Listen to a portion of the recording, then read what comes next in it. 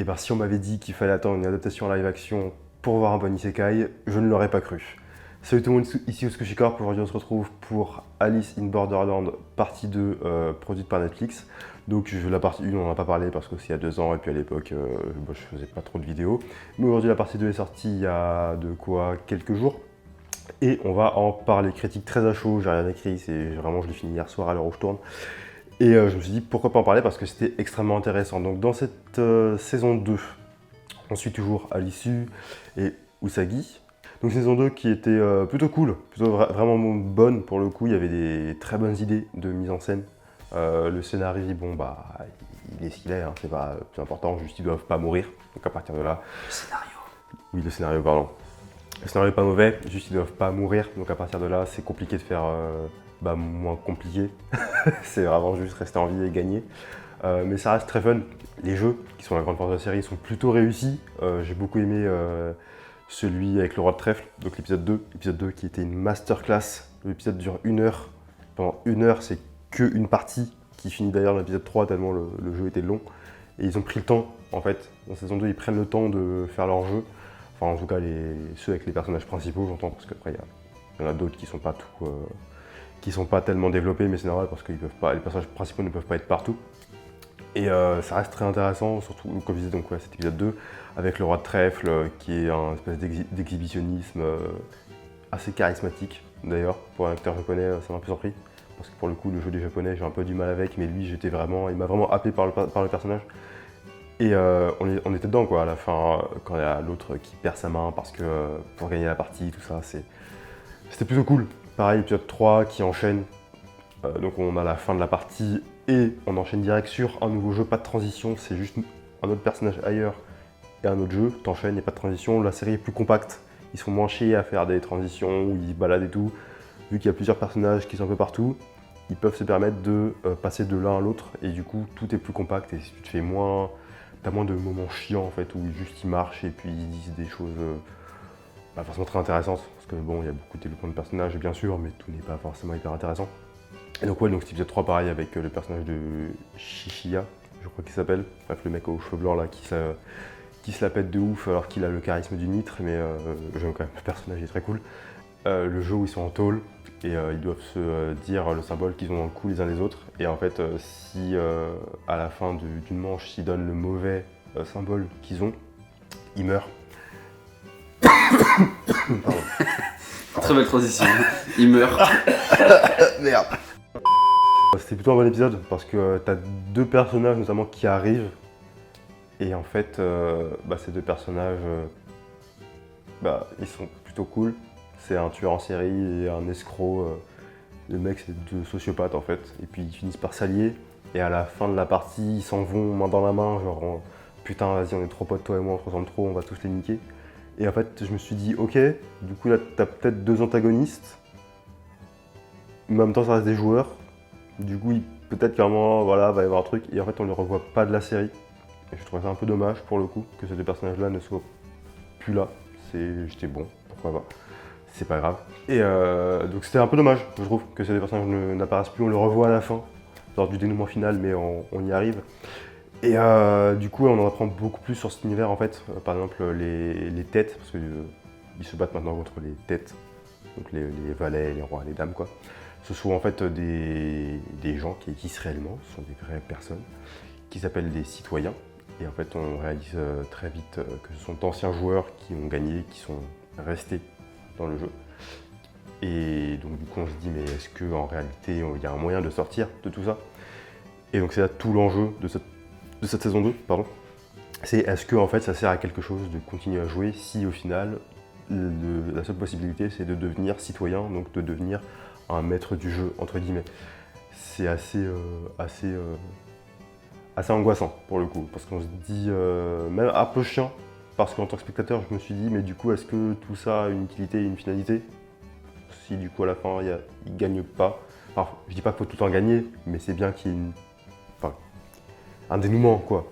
Une happy end. Pas forcément une happy end, mais un dénouement qui fasse que ils évoluent et puis ils sont pas battus pour rien, juste en fait. Genre, sinon, ça peut être très nihiliste, hein, c'est un parti pris.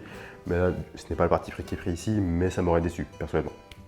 Et à part ça, dans les personnages, on retrouve évidemment ceux de la saison 1, notamment 2 qui ne sont pas morts, je ne sais pas comment c'est possible, mais bon, ils ont un bouclier en scénarium, c'est bien pratique.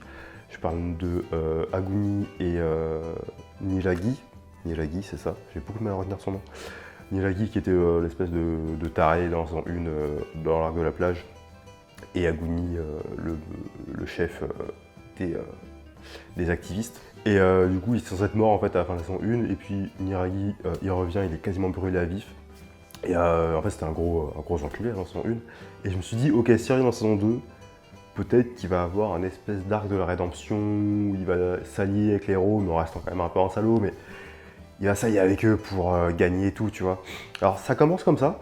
Dans l'épisode 2, ça commence comme ça. Et puis en fait, pas du tout. Tu réalises que c'est toujours autant un connard. Et j'étais ok, du coup, pourquoi il réapparaît? C'est un méchant, juste c'est un méchant qui est là pour être méchant. Et c'est dommage, j'ai trouvé personnellement, je trouve ça un peu, j'étais un peu déçu, genre évolue vraiment dans ton scénario, frère, fais un truc. Et jusqu'à la fin, en fait, il reste cette espèce de personnage un peu. Après, il est ravagé du petit boulot, hein, de toute façon, il est en train de crever, il a plus rien à foutre. Et du coup, à la fin, il défie Alisu et Shishiya en espèce de vieux combat de western pas ouf. Et du coup, t'as Shishiya qui se prend une balle et qui a ça de crever. Niragi, pareil, il est en train de crever. Et tu te dis, ok, tout ça pour ça, t'as pas servi à grand chose, mec. J'étais un peu déçu de ce personnage-là. Aguni, lui, par contre, c'est vraiment l'arc de j'ai envie de crever parce que j'ai tué des centaines de gens. Du coup, tuez-moi s'il vous plaît, j'ai envie de mourir en héros. En fait, il voit dans sa tête son ancien ami mort et tout, qui lui dit mec, si tu veux crever, suicide-toi, en fait, arrête de faire chier les gens avec tes quêtes à la con. Si tu veux crever, tire-toi une balle et fais pas chier les autres. Et du coup, en fait, tu réalises que le héros n'a pas vraiment envie de mourir parce qu'il n'a pas les couilles de mourir. Du coup, il se trouve des excuses en essayant de battre le roi de pique, qui est le dernier roi qu'ils affrontent. Enfin, l'avant-dernier, parce qu'après, il y a la dame de cœur qui est le dénouement. Et du coup, à la fin, il ne meurt pas. Donc, il réalise qu'en fait, rester en vie, c'est pas si mal. Parce que il faut. Il expie ses péchés, tout ça. Voilà. C'était un arc assez intéressant, j'ai bien aimé le personnage. Et puis, il se prend d'affection pour une autre meuf qui le rejoint, mais qui n'est pas hyper importante, donc on n'en parlera pas. Et après, on a évidemment la conclusion de la série. Le dernier épisode qui a été très particulier. Très particulier parce que du coup, ils affrontent la Dame de Cœur, qui est donc la méchante qu'on voit à la fin de la saison 1, le gros cliffhanger de la saison 1. Et là, la série part en couille, parce que du coup, on s'attendait à avoir toutes nos réponses. Et la réponse, elle en donne une. Armand à l'issue, il fait oui, du coup, c'est quoi ce monde? Pourquoi est-ce qu'on est là? Qu'est-ce que c'est? Et il donne une réponse, que je vous dirai pas parce que je ne vais pas tout spoiler non plus. Et puis après, il fait en fait, non, je déconne, c'est pas ça. Du coup, je fais ok, pourquoi pas. Du coup, elle lui donne une autre réponse, ouais, là c'est des aliens et tout. Et puis après, elle fait non, je déconne, c'est toujours pas ça. Et après, elle commence à lui faire oui, en fait, Alissou, faut que tu te réveilles parce que maintenant on est dans ta tête, tout ça n'existe pas. En fait, ils sont en psychothérapie parce que tes deux potes, ils sont pas morts, ils sont juste morts dans un accident de voiture, épisode 1 en fait. C'est l'épisode 1 où ils faisaient les cons sur la voie à Shibuya. En fait, ces deux potes, ils se sont juste fait shooter par un camion. Et le choc a fait qu'à l'issue, il est là, genre, en fait, tout ça c'est dans sa tête pour se protéger. Et en fait, t'y crois, tu vois. Tu es ok, donc en fait, c'est ça l'histoire. Et j'étais là, c'est un peu dommage. Parce que du coup, tous les personnages n'ont aucune importance parce qu'ils n'existent pas. Donc en fait, j'ai suivi 2 saisons de trucs qui ne sont pas réels. Moi, j'aime pas trop sur dénouement, ça m'aurait un peu fait chier à titre personnel. Et au moment où tu te dis, ok, c'est ça, en fait, non, c'est pas ça non plus. Et là, j'étais, ok, du coup, c'est quoi en fait? Parce qu'au bout de 50 minutes, en fait, c'est pas ça, c'est drôle une fois, 2 fois, 3 fois, genre, dis-nous ce que c'est, du coup, la vérité. Et en fait, c'est intéressant au sens où ça aurait pu se finir sur, c'est pas important. Ça aurait pu être la morale de, en fait, c'est pas important ce que c'est, ce qui compte, c'est vraiment le chemin que les héros ont parcouru. Et à la fin, ils rentrent chez eux et au final, on n'a pas de réponse, tu vois. Ça aurait pu prendre cette partie-là. Ce qui aurait été, de mon sens, acceptable. C'est pas grave, en fait, on n'est pas obligé d'avoir une réponse à tous les phénomènes qui existent dans une histoire. Mais non, ils expliquent à la fin, et on va pas se mentir, les météorites et Tokyo, c'est un vrai délire. Parce que du coup, à la fin, on apprend que tout part d'une météorite, j'en dis pas plus, je vous laisse regarder. Mais c'est assez intéressant. C'est assez intéressant, du coup, pourquoi pas? Pourquoi pas, moi j'ai bien aimé personnellement, je sais bien que tout le monde ne sera pas d'accord avec cet avis. Après, est-ce que c'est une bonne adaptation du manga? J'en ai aucune putain d'idée, je n'ai pas lu le manga. Donc maintenant, je vais peut-être le faire pour pouvoir faire un épisode de quelles sont les meilleures adaptations. Est-ce que c'est une bonne adaptation? Comme j'ai fait avec Tokyo Ghoul il y a quelques semaines, l'épisode sera en fiche, je vous laisse le regarder, c'était un très bon épisode. Mais en tout cas, j'ai beaucoup aimé la série, c'était une bonne série live action, ce qui est rare pour une adaptation d'animé.